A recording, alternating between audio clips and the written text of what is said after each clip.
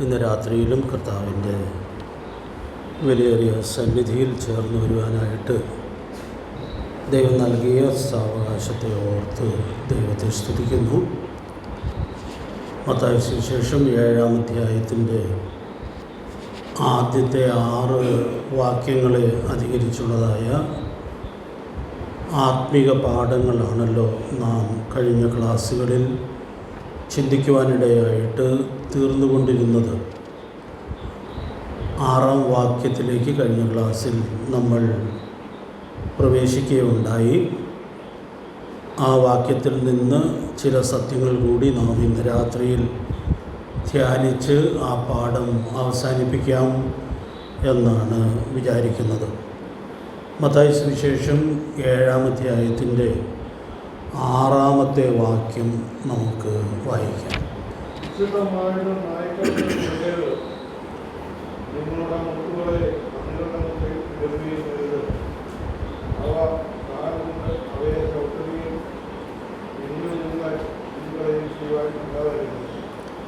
ഈ വാക്യത്തിൽ വളരെ ശക്തമായൊരു ആത്മീക മുന്നറിയിപ്പാണ് നമ്മുടെ കർത്താവ് നൽകുന്നത്. അതിലെ ഒരു പ്രായോഗിക അർത്ഥം ഞാൻ കഴിഞ്ഞ ക്ലാസ്സിൽ പറഞ്ഞാണ് അവസാനിപ്പിക്കുവാൻ ഇടയായിട്ട് തീർന്നത്. ആദ്യ നൂറ്റാണ്ടിലെ ദൈവസഭ ഈ വാക്യം അക്ഷരാർത്ഥത്തിൽ തന്നെ കർത്തൃമേശ ആചരണത്തോടുള്ള ബന്ധത്തിൽ പ്രായോഗികമാക്കിയിരുന്നു എന്നുള്ളത് നാം സാന്ദർഭികമായിട്ട് ഓർക്കുവാൻ ഇടയായിട്ട് തീർന്നിരുന്നു. ഞാൻ അല്പം വിശദാംശങ്ങളും പറഞ്ഞതാണ്. കൂടുതലത് ആവർത്തിക്കേണ്ട ആവശ്യമില്ല എന്ന് കരുതുന്നു. കർത്തൃമേശയിൽ സംബന്ധിക്കുന്നതിന് വളരെ കൃത്യമായിട്ടുമുള്ള വ്യവസ്ഥകൾ ആദിമസഭ സൂക്ഷിച്ചിരുന്നു എന്നുള്ളത് നമുക്ക് ഉൾക്കൊള്ളുവാനായിട്ട് സാധിക്കുന്നുണ്ട്. രക്ഷിക്കപ്പെട്ട് സ്നാനപ്പെട്ട് വേർപാടിൻ്റെ അനുഭവത്തിൽ വന്ന ആളുകളാണ് കർത്തൃമേശയിൽ പങ്കാളികളായി തീർന്നുകൊണ്ടിരുന്നത് എന്നുള്ളതായ കാര്യം ഞാൻ സാന്ദർഭികമായിട്ട് ഓർപ്പിക്കുകയുണ്ടായി. ദൈവവചനത്തിൻ്റെ വളരെ കൃത്യമായ അനുസരണം ആദിമസഭ സൂക്ഷിച്ചിരുന്നു എന്നുള്ളതും ആ ബന്ധത്തിൽ നാം ഓർക്കുവാൻ ഇടയായിട്ട് തീർന്നു.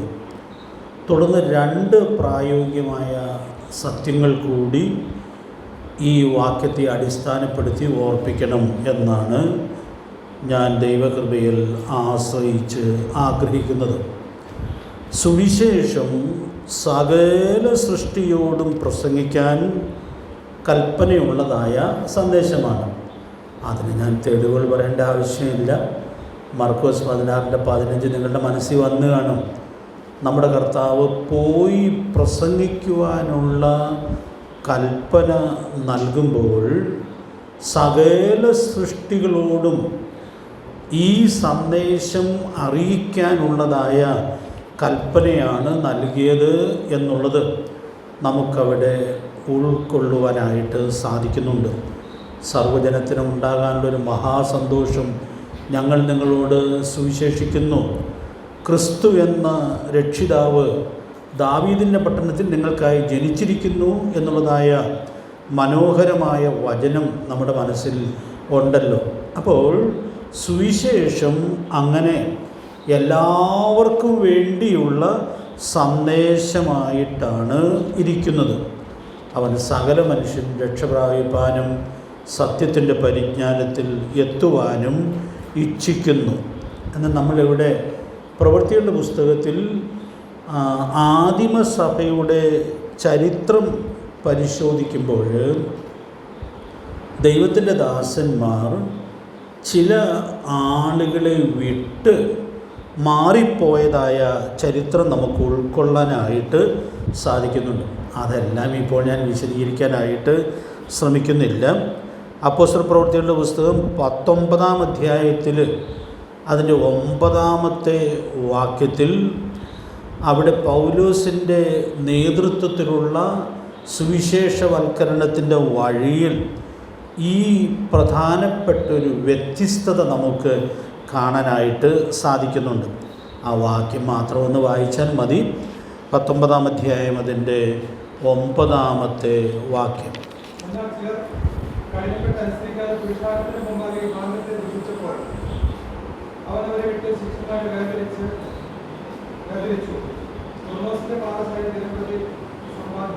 അപ്പോൾ അവിടെ നാം കാണുന്നൊരു കാര്യം, ചില ആളുകളെ വിട്ട് അവർ ശുശ്രൂഷയിൽ നിന്ന് വേറൊരു വഴി തിരഞ്ഞെടുക്കുന്നു എന്നുള്ളത് നമ്മൾ കാണുകയാണ്.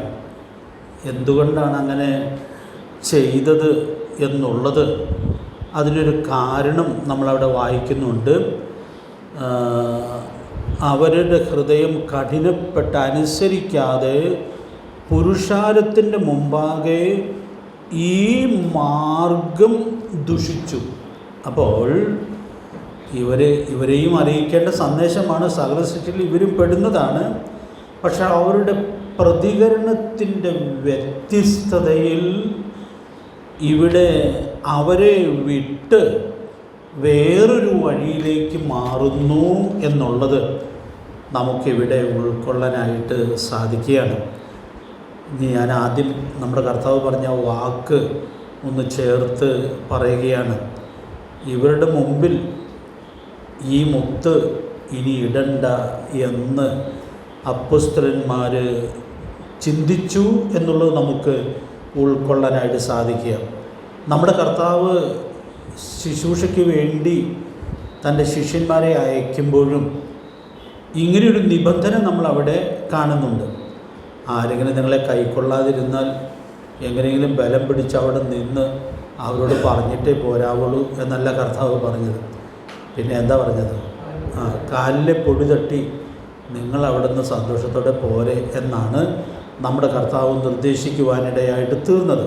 അപ്പോൾ കർത്താവ് നൽകിയ നിയോഗം സകല സൃഷ്ടികൾക്കുമുള്ളതാണ്.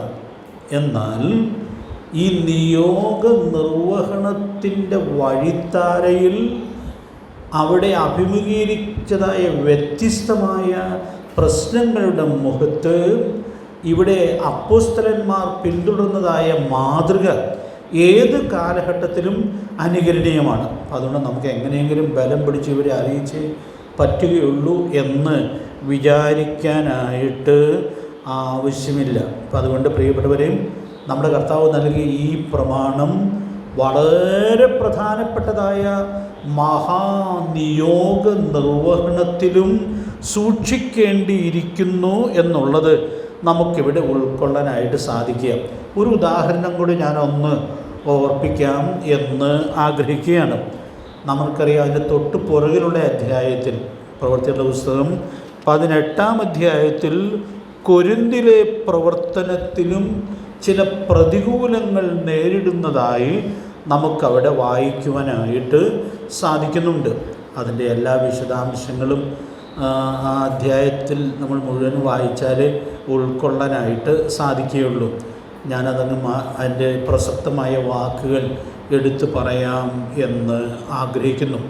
യഹൂദന്മാർ എതിർ പറയുകയും ദുഷിക്കുകയും ചെയ്തപ്പോൾ പൗലോസ് ചെയ്തൊരു കാര്യം നമ്മളവിടെ വായിക്കുന്നുണ്ട്. പൗലോസ് വസ്ത്രം കുടഞ്ഞു, നിങ്ങളുടെ നാശത്തിന് നിങ്ങൾ തന്നെ ഉത്തരവാദികൾ, ഞാൻ നിർമ്മലൻ, ഇനിമേൽ ഞാൻ ജാതികളുടെ അടുക്കൽ പോകും എന്ന് അവരോട് പറഞ്ഞു. അപ്പോൾ എത്ര വ്യക്തമായിട്ടാണ് പൗലോസ് ആ ശുശ്രൂഷയിൽ ഒരു വ്യതിചലനത്തിന് മുതിരുന്നത് എന്നുള്ളത് നമ്മൾ കാണുകയാണ്. അപ്പോൾ ഞാനിവിടെ ഓർപ്പിക്കാൻ ആഗ്രഹിക്കുന്നത്, പ്രതികൂലമായ സാഹചര്യങ്ങളെ ഇത്രയും അഭിമുഖീകരിക്കേണ്ടി വന്നിട്ടുള്ളൊരു ദൈവദാസൻ സുവിശേഷവൽക്കരണത്തിൻ്റെ ചരിത്രത്തിൽ ഉണ്ടെന്ന് തോന്നുന്നില്ല. എന്നാൽ ആ സുവിശേഷം അറിയിക്കാൻ എല്ലാവർക്കും കടപ്പെട്ടിരിക്കുന്നു എന്നൊക്കെ ആ ദൈവദാസൻ പറയുകയും ആ ഭാരത്തോടുകൂടി തൻ്റെ ശുശ്രൂഷ നിർവഹിക്കുകയൊക്കെ ചെയ്യുമ്പോഴും ഇതിനെ നിരാകരിക്കുകയും ഇതിനെ ദുഷിക്കുകയും എതിർ പറയുകയും ഒക്കെ ചെയ്യുന്ന ആളുകളിൽ നിന്ന് വിട്ടു നിൽക്കുന്നു എന്നുള്ളത് നമ്മൾ കാണുകയാണ്. ഞാനിത് പകരം ഈ ചരിത്രത്തിലൂടെ കടന്നു പോയപ്പോൾ ഓർത്തൊരു കാര്യം, പൗലോസിന് ജാതികളുടെ ഇടയിലേക്ക് പോകാനൊക്കെ തീരുമാനിച്ചു, അത് വ്യക്തമാക്കുന്നതായിട്ട് നമ്മൾ കാണുന്നുണ്ട്. പക്ഷേ അതിൻ്റെ 9ഉം 10ഉം വാക്യങ്ങൾ വായിക്കുമ്പോൾ നമുക്കതൊന്ന് വായിക്കാം. അവിടെ സുവിശേഷവൽക്കരണത്തിൽ ഏത് കാലഘട്ടത്തിലും പിൻപറ്റാകുന്ന മനോഹരമായ മാതൃക നമുക്ക് ഉൾക്കൊള്ളുവാനായിട്ട് സാധിക്കുന്നുണ്ട്. പൗലോസിന് തൻ്റെ ബോധ്യത്തിൽ ഒരു തീരുമാനം തന്നെ എടുക്കുകയും ജാതികളിലേക്ക് തിരികുകയും ചെയ്തു. എന്നിരിക്കലും പിന്നീട് ആ തീരുമാനത്തെ തിരുത്തി എന്നുള്ളത് നമ്മൾ 9ഉം 10ഉം വാക്യങ്ങളിൽ വായിക്കുകയാണ്. 9ഉം 10ഉം വാക്യങ്ങളൊന്ന് വായിക്കാം.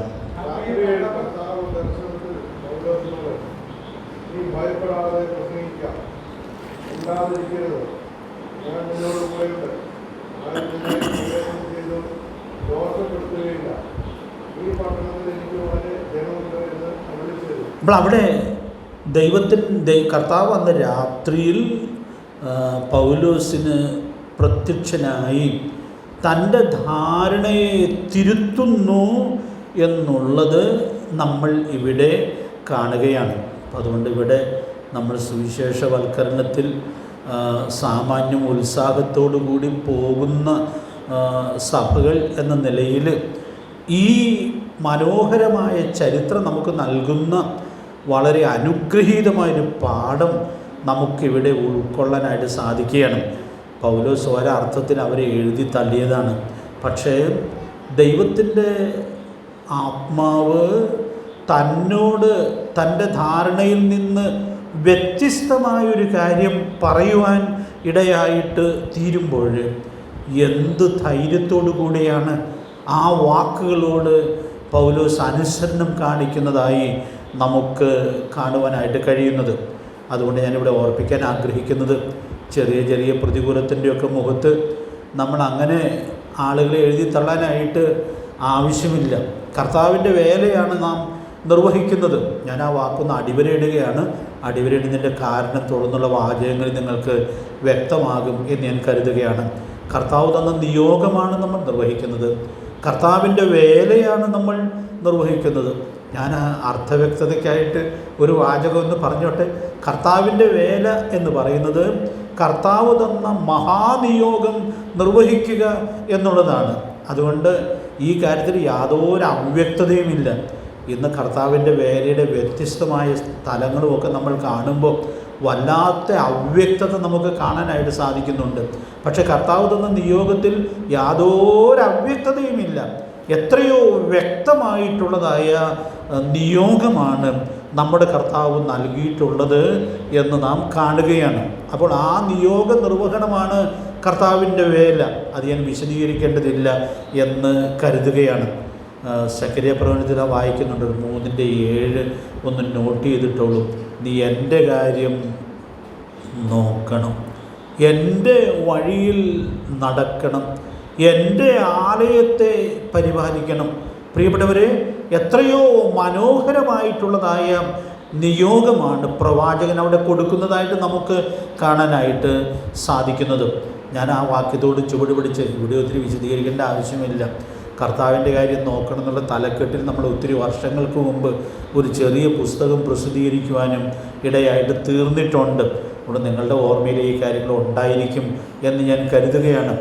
ഈ പ്രവൃത്തികളുടെ പുസ്തകത്തിലെ ചരിത്രത്തിലൂടെ പോകുമ്പോൾ കർത്താവ് കൊടുത്ത ഈ നിയോഗത്തോട് എത്രയോ കൃത്യമായ, നമ്മുടെ ഈ ദിവസങ്ങളിലൊക്കെ രാജാക്കന്മാരുടെ പുസ്തകം വായിച്ചപ്പോൾ ഓർത്തതുപോലെ കർത്താവ് കൊടുത്ത നിയോഗത്തിൽ നിന്ന് ഇടത്തോട്ടോ വലത്തോട്ടോ മാറാതെ വളരെ കൃത്യമായിട്ടാണ് അപ്പോസ്തലന്മാർ ഈ വേല നിർവഹിച്ചത് എന്നുള്ളതായ വലിയ സത്യം നമുക്കിവിടെ ഉൾക്കൊള്ളുവാനായിട്ട് സാധിക്കുന്നുണ്ട്. അതുകൊണ്ട് പ്രിയപ്പെട്ടവരെ, കർത്താവ് നമുക്ക് തന്നിട്ടുള്ളതായ ഈ വലിയ നിയോഗത്തെ എല്ലാ കൃത്യതയിലും ഉൾക്കൊള്ളാം. ഒരു കാര്യം ഞാനിവിടെ ചേർത്ത് പറയുന്നത്, നിയോഗം കർത്താവ് നമുക്ക് തന്നിട്ടുണ്ട്.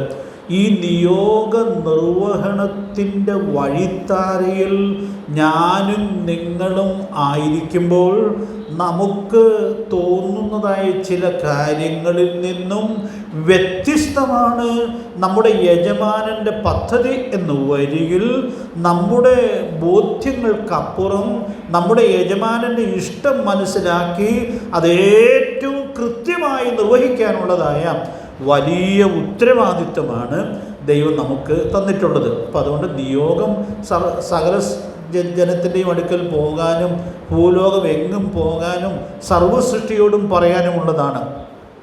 നല്ല നിയോഗ നിർവഹണത്തിൻ്റെ വഴിത്താരയിൽ കർത്താവ് നമ്മോട് ഇടപെടുന്നവനാണ്, നമ്മോട് സംസാരിക്കുന്നവനാണ് എന്നുള്ളതായ കാര്യം തിരിച്ചറിഞ്ഞ് നമ്മുടെ യജമാനനുള്ള വിശ്വസ്തത ഏറ്റവും കൃത്യമായി സൂക്ഷിക്കത്തക്കവണ്ണം ദൈവത്തിൻ്റെ പരിശുദ്ധാത്മാവ് നമുക്ക് ധാരാളം ദൈവകൃപ നൽകട്ടെ. അപ്പോൾ അപ്പോസ്തലനായ പൗലോസിൻ്റെ നേതൃത്വത്തിലുള്ള ഈ ശുശ്രൂഷയിൽ നമ്മുടെ കർത്താവിനോട് എന്തോ ഒരു വിശ്വസ്തതയാണ്, അനുസരണമാണ് ആ ദൈവത്തിൻ്റെ ദാസൻ സൂക്ഷിച്ചത് എന്നുള്ളത് നമുക്കിവിടെ ഉൾക്കൊള്ളാനായിട്ട് സാധിക്കുകയാണ്. ഞാൻ ഈ ആശയങ്ങളെല്ലാം ഉൾക്കൊണ്ട് ഒരു വാചകം ഒന്ന് സൂക്ഷ്മതയോടെ വായിച്ച് കേൾപ്പിക്കാം എന്ന് ആഗ്രഹിക്കുന്നു. കർത്താവിനുള്ള അനുസരണം കൃത്യമായി സൂക്ഷിക്കുന്നവർക്ക് കർത്താവിൻ്റെ വേല നന്നായി ചെയ്യുവാൻ കഴിയുകയുള്ളൂ. മഹാനിയോഗ നിർവഹണമാണ് കർത്താവിൻ്റെ വേല. പൗലോസിൻ്റെ ഈ അനുസരണം എത്രയോ മനോഹരമായിട്ടുള്ളതായ മാതൃകയായിട്ടാണ് ഇരിക്കുന്നത്. അത് സുവിശേഷവൽക്കരണത്തിൻ്റെ വഴിയിൽ നമ്മുടെ യജമാനോട് കാര്യങ്ങൾ ചോദിക്കാനും യജമാനൻ്റെ ഹിതം തിരിച്ചറിയാനും ആ ഇഷ്ടം നിവർത്തിക്കുന്നു എന്നുള്ളത് ഉറപ്പുവരുത്താനും സാധിക്കട്ടെ. നമ്മുടെ ഇപ്പോഴത്തെ പോർഷൻ്റെ ഒടുവിലത്തെ അധ്യായത്തിൽ 10-ാമത്തെ അധ്യായത്തിൽ ശൗലിൻ്റെ കുറ്റം ദൈവത്തിൻ്റെ പരിശുദ്ധാത്മാവ് 2 വാക്യങ്ങളിൽ എണ്ണി പറയുമ്പോൾ ഒടുവിൽ പറഞ്ഞിരിക്കുന്ന കുറ്റം ഏതാണ് നിങ്ങൾ ഓർക്കുന്നുണ്ട്? ശൗൽ ആരോട് ചോദിച്ചില്ല? ദൈവത്തോട് ചോദിച്ചില്ല. വെളിച്ചപ്പാടത്തിയോട് ചോദിച്ചു എന്നുള്ളത് ഒരു കുറ്റം, അതിൻ്റെ തൊട്ട് മുമ്പിൽ അത് പറയുന്നുണ്ട്. എന്നാൽ ഏറ്റവും ഒടുവിൽ പറയുന്നത് ദൈവത്തോട് ചോദിച്ചില്ല എന്നുള്ളതാണ്. ഇന്ന് രാത്രി ഞാൻ ഓർപ്പിക്കട്ടെ, എസ്ര ആ ചരിത്രം അവിടെ പരാമർശിക്കുവാൻ ഇടയായിട്ട് തീരുമ്പോൾ ആത്മീക ഉണർവിൻ കാലഘട്ടത്തിൽ വളരെ കൃത്യമായി നമ്മൾ ഉൾക്കൊള്ളുന്നതായ കാര്യം, ദൈവം പറഞ്ഞിരിക്കുന്ന കാര്യം അതുപോലെ അനുസരിക്കുക എന്നുള്ളതാണ്. ഓരോ കാര്യവും ദൈവത്തോട് ചോദിച്ച് ദൈവത്തിൻ്റെ ഹിതം തിരിച്ചറിഞ്ഞ് നിർവഹിക്കുവാൻ സാധിക്കുന്നതാണ് ആത്മിക ഉണർവിൻ്റെ പ്രധാനപ്പെട്ട ലക്ഷണമായിട്ട് ഇരിക്കുന്നത്. അതുകൊണ്ട് നാം സാധാരണ ഏർപ്പെട്ടുകൊണ്ടിരിക്കുന്നതായൊരു വലിയ ദൗത്യം എന്ന നിലയിൽ ഈ വിശ്വസ്തത ഏറ്റവും കൃത്യമായി സൂക്ഷിക്കത്തക്കവണ്ണം ദൈവത്തിൻ്റെ പരിശുദ്ധാത്മാവ് നമ്മെ സഹായിക്കട്ടെ. ഇനി ഈ പ്രവൃത്തിയുടെ പുസ്തകത്തിൽ തന്നെ ഇവിടെ പറഞ്ഞ ഈ സത്യം എത്രയോ സന്ദർഭങ്ങളിൽ നമുക്ക് ദൈവവചനത്തിൽ വായിക്കുവാനായിട്ട് സാധിക്കുന്നുണ്ട്. ഞാൻ ഒത്തിരി വിശദീകരണങ്ങൾ അതിന് പറയേണ്ടതില്ല എന്ന് കരുതുന്നു. എങ്കിലും എൻ്റെ ജീവിതത്തിൽ ഒത്തിരി എന്നെ സ്വാധീനിച്ച ഒരു വാക്യമാണ് പ്രവൃത്തിയുടെ പുസ്തകം 8-ാം അധ്യായത്തിൻ്റെ 26-ാമത്തെ വാക്യം. അത് ആരോട് പറഞ്ഞ കൽപ്പനയാണ്? 8:26 ആരോടാണ് കർത്താവ് പറഞ്ഞത്? എടുത്തു നോക്കണം. ഫിലിപ്പോസിന് കൊടുത്ത കൽപ്പനയാണ് നമ്മൾ കാണുന്നത്. ഫിലിപ്പോസിനോട് പറഞ്ഞു, നീ എഴുന്നേറ്റ് നിർജ്ജന പ്രദേശത്തേക്ക് പോകാം, തെക്കോട്ട് നിർജ്ജന പ്രദേശത്തേക്ക് പോകുക എന്നുള്ളതായ വളരെ കൃത്യമായ കൽപ്പനയാണ് കൊടുത്തത്. നമുക്കറിയാം ഫിലിപ്പോസ് അത് ഏറ്റവും കൃത്യമായി അനുസരിക്കുവാൻ ഇടയായിട്ട് തീർന്നു. എന്തിനാണ് കർത്താവ് നിർജ്ജന പ്രദേശത്തേക്ക് പോകുന്നത്?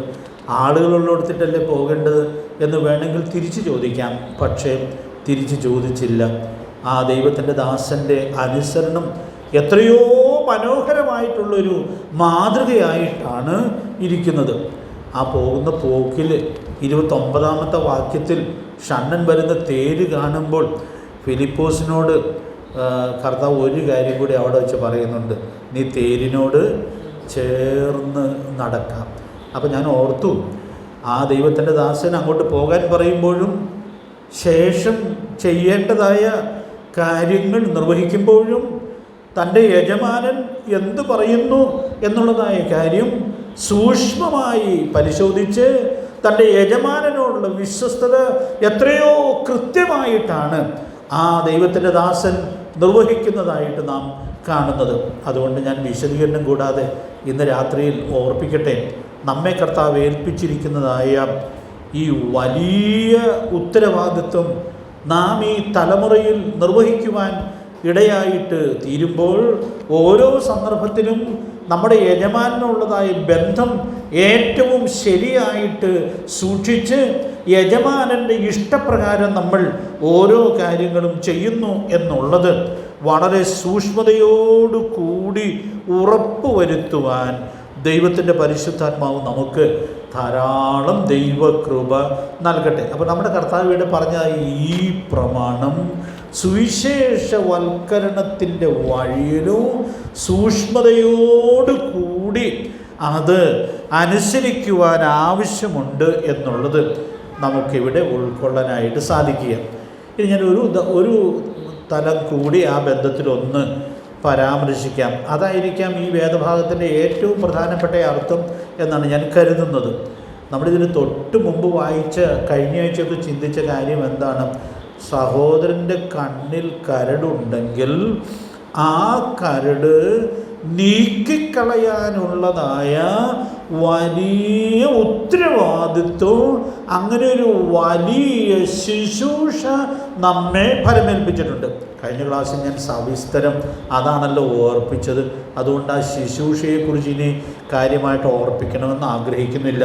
അപ്പോൾ ഇത് പറഞ്ഞതിനോട് ചേർത്താണ് നമ്മുടെ കർത്താവ് നിങ്ങളുടെ മുത്തുകളെ പന്നികളുടെ മുമ്പിൽ ഇടരുത് എന്നുള്ളതായ കാര്യം ഓർപ്പിക്കുവാൻ ഇടയായിട്ട് തീർന്നിരിക്കുന്നത്.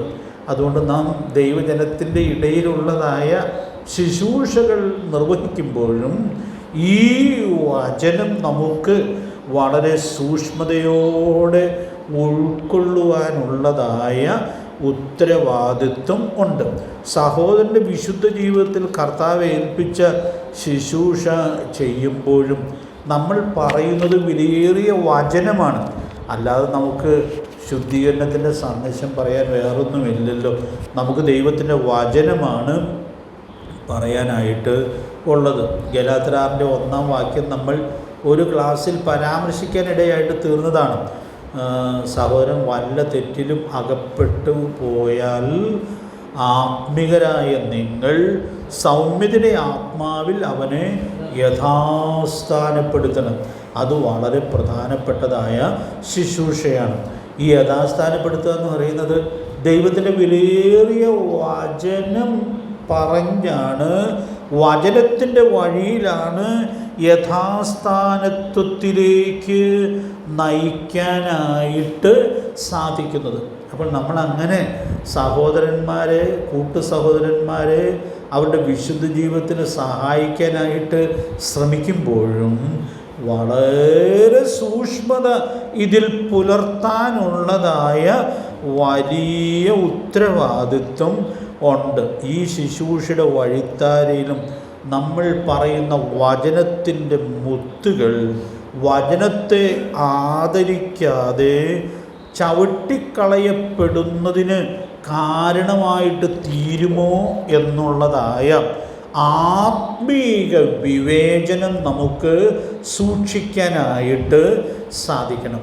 അപ്പോൾ നമുക്ക് നല്ല ആത്മീയ വിവേചനം പ്രാർത്ഥനാപൂർവം പുലർത്താനായിട്ട് സാധിച്ചാൽ ഇത് പ്രായോഗികമാക്കുവാനായിട്ട് സാധിക്കുകയുള്ളൂ.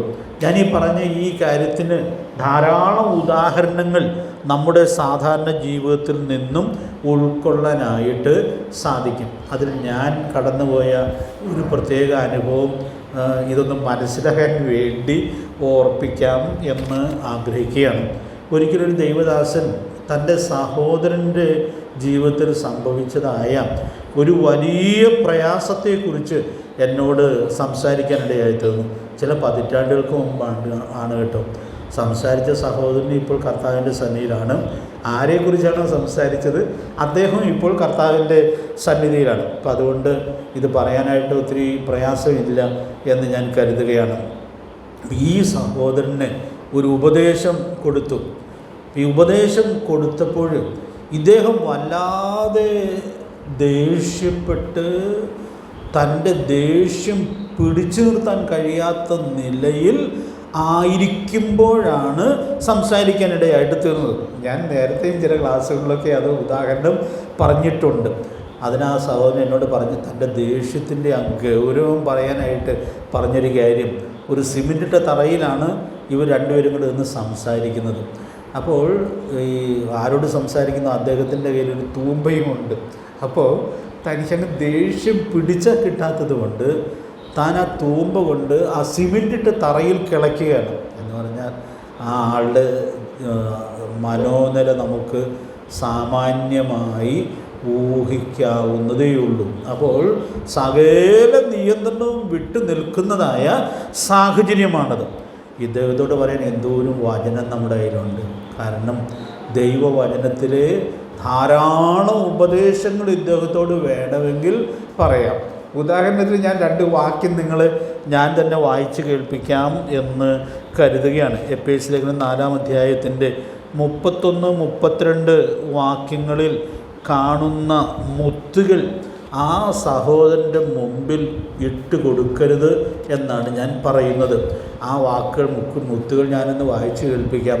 എല്ലാ കയ്പും കോപവും ക്രോധവും കൂറ്റാരവും ദൂഷണവും സകല ദുർഗുണവുമായി നിങ്ങളെ വിട്ട് ഒഴിഞ്ഞു പോകട്ടെ. അടുത്ത വാക്യം നമുക്ക് മനപ്പാടം അറിയാം. നിങ്ങൾ തമ്മിൽ ദയയും മനസ്സിലുമുള്ളവരായി ദൈവം ക്രിസ്തുവിൽ നിങ്ങളോട് ക്ഷമിച്ചതുപോലെ അന്യോന്യം ക്ഷമിപ്പിൻ. അപ്പോൾ ഇതാണ് ശരിക്കും അദ്ദേഹത്തിന് ഏറ്റവും പറ്റിയ വചനം. പക്ഷേ ഈ നേരത്തെ അത് പറഞ്ഞിട്ട് കാര്യമുണ്ടോ? ഈ നേരത്തെ ഈ വാക്യം പറഞ്ഞാൽ അദ്ദേഹത്തിൻ്റെ കോപം ഒന്നുകൂടി വർദ്ധിക്കാനേ ഇടയുള്ളൂ. അതുകൊണ്ട് ഞാൻ ഒരു ഉദാഹരണം ഓർപ്പിക്കുകയാണ്. ഇനി നിങ്ങൾ ചില ഉദാഹരണങ്ങൾ നിങ്ങളുടെ ജീവിതത്തിൽ നിന്നൊക്കെ വേണേൽ കണ്ടെത്തിക്കോളും. ഇതിനേക്കാൾ നല്ല ഉദാഹരണമാണ് എന്നോട് കൂടി ഒന്ന് പറഞ്ഞാൽ ഞാൻ വേറെ ആളുകളുടെ പ്രയോജനത്തിന് വേണ്ടി പറയാവുന്നതാണ്. ഇതൊക്കെ നമ്മുടെ സാധാരണ ജീവിതത്തിൽ വരുന്നതായ കാര്യമാണ്. അവിടെ നമ്മൾ പറയുന്നത് വളരെ നല്ല മുത്തുകളാണ്. പക്ഷേ ആ മുത്തുകൾ അവിടെ ഇട്ടാൽ അത് പ്രയോജനപ്പെടുവാൻ ഇടയായിട്ട് തീരുകയില്ല. അപ്പോൾ ആ സാഹചര്യത്തെ വളരെ സൂക്ഷ്മതയോട് കൂടി വിവേചിച്ച് ഉൾക്കൊള്ളാനുള്ളതായ ദൈവകൃപ നമുക്ക് ആവശ്യമുണ്ട്. ദൈവത്തിൻ്റെ പരിശുദ്ധാത്മാവ് നമ്മെ സഹായിക്കട്ടെ. നമ്മുടെ കർത്താവ് പറഞ്ഞ ഈ വാക്കുകൾ, പ്രത്യേകിച്ചും അതിന് മുൻവാക്യത്തിൽ പറഞ്ഞതായ നിർദ്ദേശത്തോട് ചേർന്ന് പറഞ്ഞിട്ടുള്ള ഈ വാക്കുകൾ അതിൽ തന്നെ എത്രയോ മനോഹരമാണ്. നമുക്ക് എത്രയോ സൂക്ഷ്മതയോട് കൂടി അത് ഉൾക്കൊള്ളുവാനായിട്ട് സാധിക്കേണ്ടുന്നതാണ്. അതുകൊണ്ട് നമ്മുടെ കർത്താവിനെ പഠിപ്പിച്ചതായ ഈ വലിയ പാഠം പ്രായോഗികമാക്കി അനുദിന ജീവിതത്തിൽ നാം വർത്തിക്കുന്നു എന്നുള്ളത് ഉറപ്പാക്കാം. നമുക്ക് ധൈര്യമായി ചെയ്യാവുന്ന ഒരു കാര്യമുണ്ട്. കർത്താവ് ഇങ്ങനെയാണല്ലോ ദൈവത്തിൻ്റെ വചനത്തിൽ പറഞ്ഞിട്ടിരിക്കുന്നത്. പക്ഷേ എൻ്റെ സഹോദരന് ഇത് മനസ്സിലാക്കാനോ അത് പ്രായോഗികമാക്കി ജീവിക്കാനോ സാധിക്കുന്നില്ലല്ലോ എന്നുള്ളതായ കാര്യം നമുക്ക് മനസ്സിലാക്കി ദൈവസന്നിധിയിൽ മുട്ടുകുത്തി ആ സഹോദരൻ ഇതിൽ ദൈവകൃപ ലഭിക്കേണ്ടതിന് വേണ്ടി പ്രാർത്ഥിക്കാം. അതേ നമുക്ക് പറ്റുകയുള്ളൂ. അദ്ദേഹത്തോട് അവിടെ പോയി വചനം പറഞ്ഞിട്ട് യാതൊരു പ്രയോജനവും ഉണ്ടാവുകയില്ല.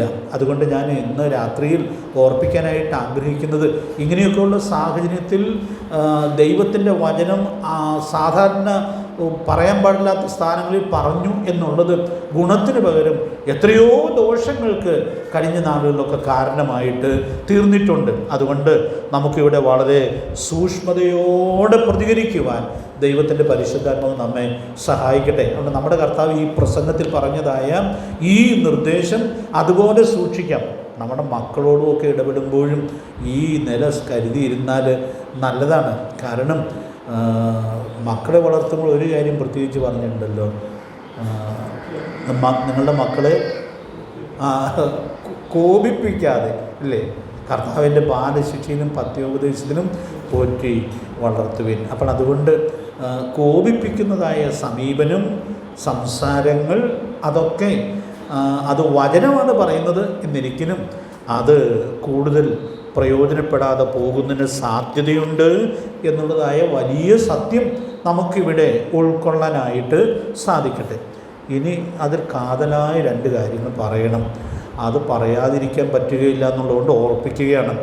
ഇങ്ങനെ പറഞ്ഞാലുള്ളതായ 2 പ്രതികരണങ്ങൾ നമ്മുടെ കർത്താവ് അവിടെ എടുത്ത് പറയുന്നുണ്ട്. അവ കാൽ കൊണ്ട് അവ ചവിട്ടും എന്ന് പറഞ്ഞാൽ ആസ്ഥാനത്ത് പറയുന്ന വചനം അത് സ്വീകരിക്കപ്പെടേണ്ടതിന് പകരം, ആദരവോടെ കൈക്കൊള്ളപ്പെടേണ്ടതിന് പകരം അത് അവ കാൽ കൊണ്ട് അവ ചവിട്ടും. അവിടെ 2ാമത്തെ അവ എന്ന് പറഞ്ഞിരിക്കുന്നത് എന്താണ് എന്ന് നിങ്ങൾക്കറിയാമല്ലോ. എന്താണ്? ദൈവത്തിൻ്റെ വിലയേറിയ വചനമാണ്. നമ്മൾ വചനത്തെക്കുറിച്ച് പറയുമ്പോഴെല്ലാം അത് ഈ വാക്ക് ചേർത്തല്ലേ പറയാറ്. ദൈവത്തിൻ്റെ വചനം വിലയേറിയ വചനമാണ്, വിലയേറിയ വചനമാണ്. അതിൻ്റെ വിശദാംശങ്ങൾ ഞാൻ ഒത്തിരി പറയേണ്ട ആവശ്യമില്ല. ഈ വചനം ആരുടെ വായിൽ നിന്ന് വന്നതാണ്? നമുക്ക് എഴുതി കിട്ടിയിരിക്കുന്ന വചനം ആരുടെ വായിൽ നിന്ന് വന്നതാണ്? ദൈവത്തിൻ്റെ വായിൽ നിന്ന് വന്നതാണ്.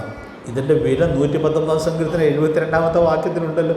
1000 പൊൻവെള്ളി നാണ്യത്തേക്കാൾ നിൻ്റെ വായിൽ നിന്നുള്ള ന്യായപ്രമാണം എനിക്ക് ഉത്തമം. പ്രിയപ്പെട്ടവരെ, ദൈവത്തിൻ്റെ വചനത്തിൻ്റെ മഹത്വം നമ്മൾ എത്രയോ വചനങ്ങളിൽ ചിന്തിക്കുവാൻ ഇടയായിട്ട് തീരുന്നുണ്ട്. പക്ഷെ ഇവിടെ കർത്താവ് പറയുന്നത് ഈ സാഹചര്യവും സന്ദർഭവും നോക്കാതെ നമ്മൾ പറയുന്ന മുത്തുകളായിരിക്കുന്ന വിലയേറിയ വചനവും അത് സ്വീകരിക്കപ്പെടേണ്ടതിന് പകരം അത് ചവിട്ടിപതി മെതിക്കപ്പെടുന്നതിനുള്ളതായ വലിയ സാധ്യതയുണ്ട്. അത് അവിശ്വാസികൾ അങ്ങനെ വചനത്തോട് അനാദരവായി പെരുമാറുകയും വചനം വാങ്ങി കീറിക്കളയുകയും അത് കത്തിച്ച് കളയുകയൊക്കെ ചെയ്യുന്നത് സാധാരണ നമ്മൾ കാണാറുണ്ട്. എന്നാൽ ഞാൻ ഭയത്തോടെ ഒരു വാക്ക് പറയുകയാണ്. പ്രിയപ്പെട്ടവരെ, സൂക്ഷിച്ചില്ലെങ്കിൽ ദൈവമക്കളായ നമ്മുടെ ജീവിതത്തിൽ നിന്നും നമ്മിൽ നിന്നും തെറ്റായിട്ടുള്ള പ്രതികരണവും ഈ ബന്ധത്തിൽ ഉണ്ടായി പോകുന്നതിനുള്ള സാധ്യതയുണ്ടെന്നുള്ളതല്ലേ നമ്മുടെ കർത്താവ് നൽകിയ ഈ മുന്നറിയിപ്പിൽ നമുക്ക് ഉൾക്കൊള്ളുവാനായിട്ട് സാധിക്കുന്നത്. അതുകൊണ്ട് ഞാൻ ഇന്ന് രാത്രിയിൽ വളരെ സ്നേഹത്തോടുകൂടി ഓർപ്പിക്കുകയാണ്, കഴിഞ്ഞ നാടുകളിൽ ദൈവത്തിൻ്റെ വിലയേറിയ വചനത്തോട് നാം എങ്ങനെ തിരിച്ച് പ്രതികരിക്കുവാൻ ഇടയായിട്ട് തീർന്നിട്ടുണ്ട് എന്നുള്ളത് വളരെ പരമാർത്ഥതയോടെ ദൈവസന്നിധിയിൽ പരിശോധിക്കുവാൻ, നമ്മുടെ ഭാഗത്ത് വന്നുപോലുള്ള കുറവുകൾ, കുറ്റങ്ങൾ അത് കണ്ടെത്തി അവ ഏറ്റുപറഞ്ഞുപേക്ഷിച്ച് ദൈവസന്നിധിയിൽ ശുദ്ധീകരണം പ്രാപിക്കാനായിട്ട് നമുക്ക് സാധിക്കട്ടെ. ഞാൻ വചനത്തോട് തെറ്റായി പ്രതികരിച്ചാൽ വചനം പറഞ്ഞ ആൾക്കൊരു ചെറിയ പ്രയാസം അത് അറിഞ്ഞാൽ ഉണ്ടാവുമായിരിക്കാം. പക്ഷേ അതിൽ വേദനിക്കുന്നത് ആരായിരിക്കും? സ്വർഗത്തിലെ ദൈവമായിരിക്കും. കാരണം ദൈവത്തിൻ്റെ വചനമാണ് നമ്മൾ കേൾക്കുവാൻ ഇടയായിട്ട് തീരുന്നത്. അതുകൊണ്ട് പ്രിയപ്പെട്ടവരെ, ഈ തെറ്റ് നമ്മുടെ ഭാഗത്തു നിന്ന് വരുന്നില്ല എന്നുള്ളത് എല്ലാ സൂക്ഷ്മതയോടും കൂടി ഉറപ്പ് വരുത്തി വരുന്ന ദിവസങ്ങളിൽ ജീവിക്കത്തക്കവണ്ണം ദൈവത്തിൻ്റെ പരിശുദ്ധാത്മാവ് നമുക്ക് ധാരാളം ദൈവകൃപ നൽകട്ടെ. ഇനി നിങ്ങൾ ആ വാക്യം നോക്കിയിട്ട് തിരിഞ്ഞവയെ ചവിട്ടും. പിന്നെ വേറൊരു കാര്യം കൂടി കർത്താവ് പ്രതികരണത്തോടുള്ള ബന്ധത്തിൽ പറയുന്നുണ്ട്. ഒന്ന് നോക്കിയിട്ട് പറയാമോ?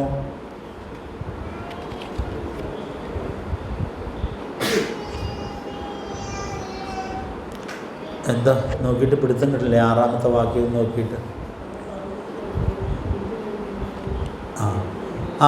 ആരും പറഞ്ഞല്ലോ അവിടെ. തിരിഞ്ഞ് എന്തു ചെയ്യും? തിരിഞ്ഞ് നിങ്ങളെ ചീന്തിക്കളയും എന്ന് പറഞ്ഞാൽ നമ്മുടെ കർത്താവ് എന്ത് ഭംഗിയായിട്ടാണ് ആ കാര്യം പറയുന്നത്.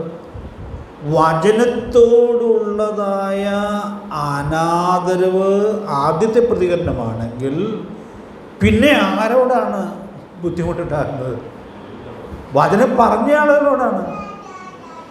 പ്രിയപ്പെട്ടവരെ, അപ്പോൾ ദൈവത്തിൻ്റെ വചനത്തോടുള്ള അനാദരവ് ഈ വചനം പറഞ്ഞവരോടുള്ള പ്രതികരണത്തിൽ പ്രതിഫലിക്കുന്നു എന്നുള്ളത് എത്രയോ ഗൗരവതരമായിട്ടുള്ളതായ സത്യമാണ്. അതുകൊണ്ട് പ്രിയപ്പെട്ടവരെ, ഇത് വചനം പറയുന്നവരും ഓർത്തിരിക്കണം. കാരണം അത് ഒക്കെ സാധാരണയുള്ള കാര്യമാണ് എന്നുള്ളത് തിരിച്ചറിഞ്ഞ് വളരെ താഴ്മയോടും സൗമ്യതയോടും കൂടെ ഏത് സാഹചര്യത്തെയും ഉൾക്കൊള്ളാനായിട്ട് നമുക്ക് സാധിക്കേണ്ടിയിരിക്കുന്നു. ഇവിടെ ഞാൻ ചേർത്ത് നല്ല പരിചയമുള്ളൊരു വാക്യം ഒന്ന് പറയാം. നെഹമ്യാവിൻ്റെ പുസ്തകം 9-ാം അധ്യായത്തിൽ ദൈവജനമായ ഇസ്രായേലിൻ്റെ നല്ല മടങ്ങിവരവാണല്ലോ. അവർ ദൈവത്തിൻ്റെ വചനം ഒരു യാമത്തോളം കേട്ടു. 3 മണിക്കൂർ വചനം കേട്ടു. പിന്നെ ഒരു യാമം അവർ എന്താ ചെയ്ത് നമ്മൾ കൂടെ ഓർക്കാറുണ്ടല്ലോ. അവർ അവരുടെ പാപങ്ങളെ ഏറ്റുപറഞ്ഞ് ദൈവസന്നിധിയിൽ ക്രമപ്പെടുന്നു എന്നുള്ളത് നമ്മൾ കാണുകയാണ്. ഉണർവിൻ്റെ പ്രത്യേകത അതാണ്. പാപങ്ങളെ കണ്ടെത്തും, ഏറ്റുപറഞ്ഞ് ഉപേക്ഷിക്കും. നമുക്ക് ഈ വാക്യം മനഃപ്പാഠം അറിയാം. നമ്മുടെ ബൈബിൾ പഠനത്തിൻ്റെ വഴിയിൽ നമ്മൾ പല പ്രാവശ്യം മനഃപ്പാഠം പഠിച്ചിട്ടൊരു വാക്യമാണിത്. എങ്കിലും ആ വാക്യം നമുക്കൊന്ന് വായിക്കാം. ഇപ്പോൾ ഞാൻ ഈ പറഞ്ഞ രണ്ടാമത്തെ കാര്യം അവിടെ വരുന്നത് ഒന്ന് നോട്ട് ചെയ്യാനായിട്ട് ശ്രമിച്ചോളൂ. നെഹമ്യാവിൻ്റെ പുസ്തകം 9-ാം അധ്യായം അതിൻ്റെ 26-ാമത്തെ വാക്യം.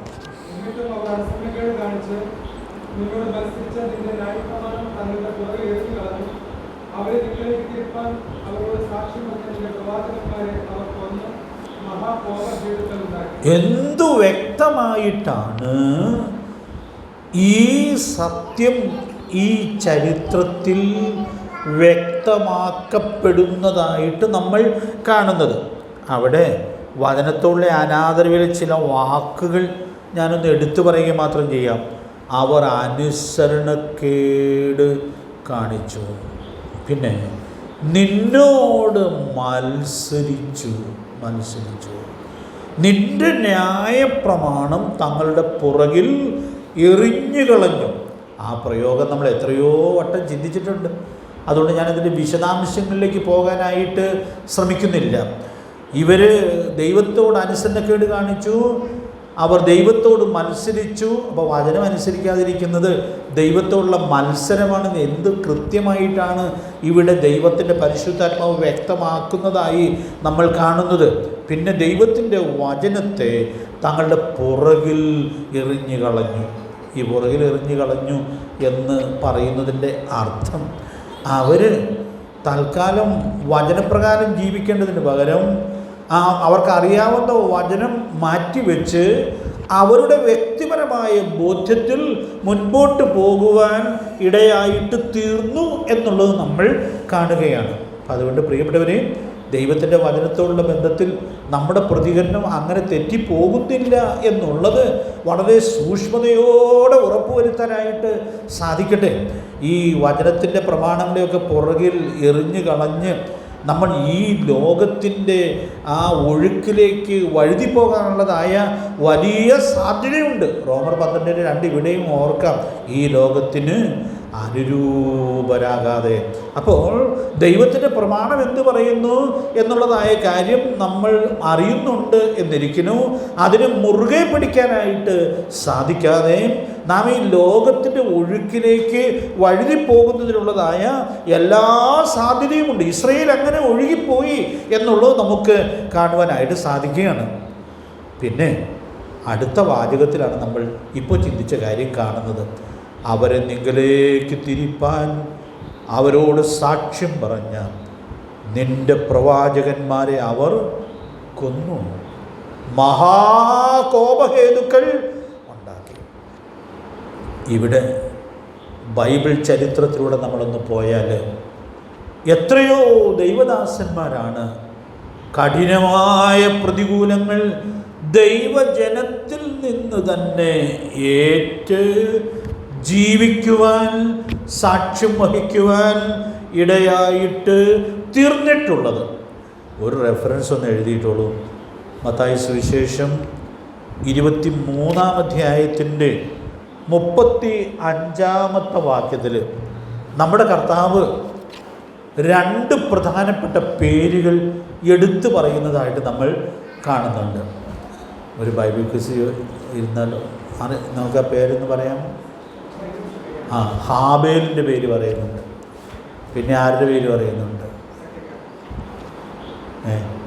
ബരഖ്യാവിൻ്റെ മകനായ സെഖര്യാവിൻ്റെ പേര് പറയുന്നുണ്ട്. ഇവർ കൊല്ലപ്പെട്ട ആളുകളാണ്. വചനം തെറ്റിച്ചിട്ട് കൊല്ലപ്പെട്ട ആളുകളല്ല. പിന്നെയും വചനം പ്രമാണിച്ചതുകൊണ്ട് വചനം ഹാബേൽ എന്തൊരു പറഞ്ഞു എന്ന് നമുക്കറിയാൻ പാടില്ല. പക്ഷെ സെഖര്യാവ് കൊല്ലപ്പെട്ടത് എവിടെയാണ്? വഴിയിലല്ല കൊല്ലപ്പെട്ടത്, പിന്നെ ദൈവാലയത്തിലാണ് കൊല്ലപ്പെട്ടത്.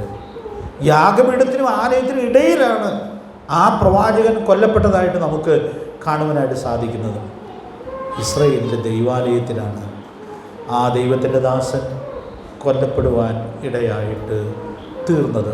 അപ്പോൾ നമ്മുടെ കർത്താവ് ഈ വാക്കുകൾ പറയുമ്പോൾ അത് ഈ ചരിത്രമൊക്കെ ആ വാക്കുകളുടെ പിന്നിലുണ്ട് എന്നാണ് ഞാൻ വിചാരിക്കുന്നത്. കാരണം നമ്മുടെ കർത്താവ് തന്നെയാണല്ലോ ഈ സുവിശേഷത്തിൽ തന്നെ ഈ ചരിത്രം വെളിപ്പെടുത്തുന്നതായിട്ട് നമ്മൾ കാണുന്നത്. അപ്പോൾ പ്രിയപ്പെട്ടവരെ, നാം ഇവിടെ കാണുന്ന ഈ കാര്യം, ദൈവത്തിൻ്റെ വചനം ആര് പറഞ്ഞു അവർക്കെതിരെ തിരിയുവാനുള്ളതായ എല്ലാ സാധ്യതയുമുണ്ട്. എന്തിനാ ഈ ബൈബിൾ ക്ലാസ്സിൽ നിന്ന് നമ്മൾ ഈ കാര്യം ചിന്തിക്കുന്നത്? ഇത് നമ്മുടെ ഭാഗത്ത് വരുന്നില്ലെന്നുള്ളത് നമ്മൾ സൂക്ഷ്മതയോടുകൂടി ഉറപ്പുവരുത്തുവാനായിട്ട് ആവശ്യമുണ്ട്. ഒരു പ്രവാചകനെ നമ്മൾ കരയുന്ന പ്രവാചകൻ എന്നല്ലേ വിളിക്കാറ്? ഏത് പ്രവാചകൻ? യിരെമ്യാവ്. ആ ദൈവമനുഷ്യൻ തൻ്റെ ശുശ്രൂഷയുടെ വഴിയിൽ കടന്നുപോയ അനുഭവങ്ങൾ എത്രയോ വേദനാജനകമാണ്. ഇന്ന് വായിക്കുമ്പോൾ നമുക്ക് സങ്കടം തോന്നും. കാരണം ദൈവത്തിൻ്റെ ദാസൻ അങ്ങനെ ഉള്ള വലിയ പ്രതികൂലങ്ങളിലൂടെയാണ് കടന്നു പോകുവാൻ ഇടയായിട്ട് തീർന്നിട്ടുള്ളത്. അതുകൊണ്ട് പ്രിയപ്പെട്ടവരെ, ഇവിടെ കർത്താവ് ഈ വാചകത്തിൽ ഈ സത്യം ഓർപ്പിക്കുകയാണ്. തിരിഞ്ഞ് നിങ്ങളെ ചിന്തിക്കളയുന്നു എന്നുള്ളതായ സത്യം എത്രയോ വ്യക്തമായിട്ട് എടുത്തു പറയുക. നെഹമ്യാവ് 9:26 നിന്ന് ഞാനൊരു സന്ദേശം ഇങ്ങനെ സൂചിപ്പിക്കട്ടെ. ഇസ്രായേൽ ജനം ഉണർത്തപ്പെട്ടപ്പോൾ അവരവരുടെ പാപം തിരിച്ചറിഞ്ഞു. അവർ വചനത്തോട് ദീർഘമായ നൂറ്റാണ്ടുകൾ കാണിച്ച അനുസരണക്കേട് തിരിച്ചറിയുവാൻ ഇടയായിട്ട് തീർന്നു. അതെല്ലാം അവർ ഏറ്റുപറയുന്നു. അവർ പ്രവാചകന്മാർക്ക് പ്രതികൂലമായി നിൽക്കുകയും അവരെ ഉപദ്രവിക്കുകയും കൊല്ലുകയും ചെയ്തതായ ആ പാപത്തെ തിരിച്ചറിഞ്ഞ് ദൈവസന്നിധിയിൽ ഏറ്റുപറയുന്ന വളരെ മനോഹരമായിട്ടുള്ളതായ വാക്കുകളാണ് നമ്മളവിടെ വായിക്കുന്നത്. അതുകൊണ്ട് ഞാനൊരു പൊതു സത്യം ഓർപ്പിക്കുകയാണ്. നമ്മൾ ഒരു കാരണവശാലും ദൈവത്തിൻ്റെ ദാസന്മാർക്കെതിരെ നിൽക്കുന്നില്ലെന്നുള്ളതും ഒന്നും പറയുന്നില്ലെന്നുള്ളതും ഉറപ്പുവരുത്താനായിട്ട് ശ്രമിക്കാം. നമ്മൾ ഈ കഴിഞ്ഞ ദിവസങ്ങളൊക്കെ ചിന്തിച്ച ഒരു ദൈവഭക്തനെ നമ്മളുടെ ഓർമ്മയിൽ കാണുമല്ലോ. ശൗലിന് ഒത്തിരി കുറ്റങ്ങളുണ്ട്. നമ്മളിപ്പോൾ വായിച്ച ഒടുവിലത്തെ അധ്യായത്തിലും ശൗലിൻ്റെ കുറ്റങ്ങളല്ലേ ഉള്ളൂ. കുറ്റം ഇഷ്ടം പോലെയുണ്ട്. പക്ഷേ ആ അഭിഷേകത്തിന് തൊടാൻ ഇഷ്ടപ്പെടാത്തതായ ഒരു നല്ല മനുഷ്യനുണ്ട്. അദ്ദേഹത്തെ നമുക്കറിയാമല്ലോ, ദാവീദ്. നമുക്ക് ആ വഴി പോകാം പ്രിയപ്പെട്ടവരെ. അതുകൊണ്ട് ദൈവത്തിൻ്റെ ആത്മാവ് നമുക്ക് നൽകുന്നതായ ഈ വലിയ സന്ദേശം ഉൾക്കൊണ്ട് പ്രയോജനപ്പെടുത്തത്തക്കവണ്ണം ദൈവത്തിൻ്റെ പരിശുദ്ധാത്മാവ് നമുക്ക് ധാരാളം ദൈവകൃപ നൽകട്ടെ. ഇസ്രായേൽ അത് മനസ്സിലാക്കി, അവരതെല്ലാം സമ്മതിച്ചു, ദൈവസന്നിധിയിൽ ശുദ്ധീകരണം പ്രാപിച്ചു. 10-ാം അധ്യായത്തിലേക്ക് വരുമ്പോൾ ഏതെല്ലാം പ്രമാണങ്ങൾ അവർ കഴിഞ്ഞ നാളിൽ തെറ്റിച്ച് വഴുതിപ്പോകുവാനിടയായിട്ട് തീർന്നു, അവരവിടെയെല്ലാം ദൈവത്തിൻ്റെ ന്യായപ്രമാണത്തിലേക്ക് തിരിച്ചു വന്നു. അതിൻ്റെ വിശദാംശങ്ങളിലേക്ക് ഞാൻ ഈ ക്ലാസ്സിൽ പോകുന്നില്ല. അതുകൊണ്ട് നമ്മുടെ ജീവിതത്തിൽ നമുക്ക് നമ്മുടെ കർത്താവ് പറഞ്ഞ ഈ വാക്കുകൾ അതിൻ്റെ മുഖവിലയ്ക്ക് ഉൾക്കൊണ്ട് നാം തെറ്റുന്നില്ല എന്നുള്ളത് ഉറപ്പുവരുത്തി ക്രമപ്പെടുവാൻ, നമ്മുടെ യജമാനന് പ്രസാദകരമായി ജീവിക്കുവാൻ ദൈവത്തിൻ്റെ പരിശുദ്ധാത്മാവ് നമുക്ക് കൃപ നൽകട്ടെ. ഒരു റെഫറൻസോട് പറഞ്ഞ് ഞാൻ ഈ ക്ലാസ് അങ്ങ് അവസാനിപ്പിക്കട്ടെ. കർത്താവിടെ പറയുമ്പോൾ തൻ്റെ കൂടെ ഉണ്ടായിരുന്ന ഒരുപക്ഷെ ഏറ്റവും ഇളയ ശിഷ്യനെന്ന് പൊതുവെ വിചാരിക്കപ്പെടുന്ന യോഹന്നാൻ്റെ ഒടുവിലത്തെ അനുഭവം നമ്മൾ പത്മോസിൻ്റെ വിശദാംശങ്ങളിൽ വായിക്കാനിടയായിട്ട് തീരുന്നുണ്ട്. നമുക്കെല്ലാം നന്നായിട്ട് അറിയാവുന്നത് ഒരു വാക്യം ഒന്ന് വായിച്ച് ഈ ക്ലാസ് അവസാനിപ്പിക്കാം. വെളിപ്പാട് ദിവസം 1-ാം അധ്യായത്തിൻ്റെ 9-ാമത്തെ വാക്യത്തിൽ തൻ്റെ അരുമ ശിഷ്യനായിരുന്ന യേശു സ്നേഹിച്ച ശിഷ്യൻ ഒടുവിൽ കടന്നുപോയതായ ഏറ്റവും കഠിനമായ വഴി ദൈവത്തിൻ്റെ പരിശുദ്ധാത്മാവോട് വ്യക്തമാക്കുന്നുണ്ട്.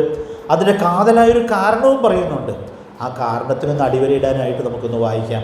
വെളിപ്പാട് 1-ന്റെ 9-ാമത്തെ വാക്യം.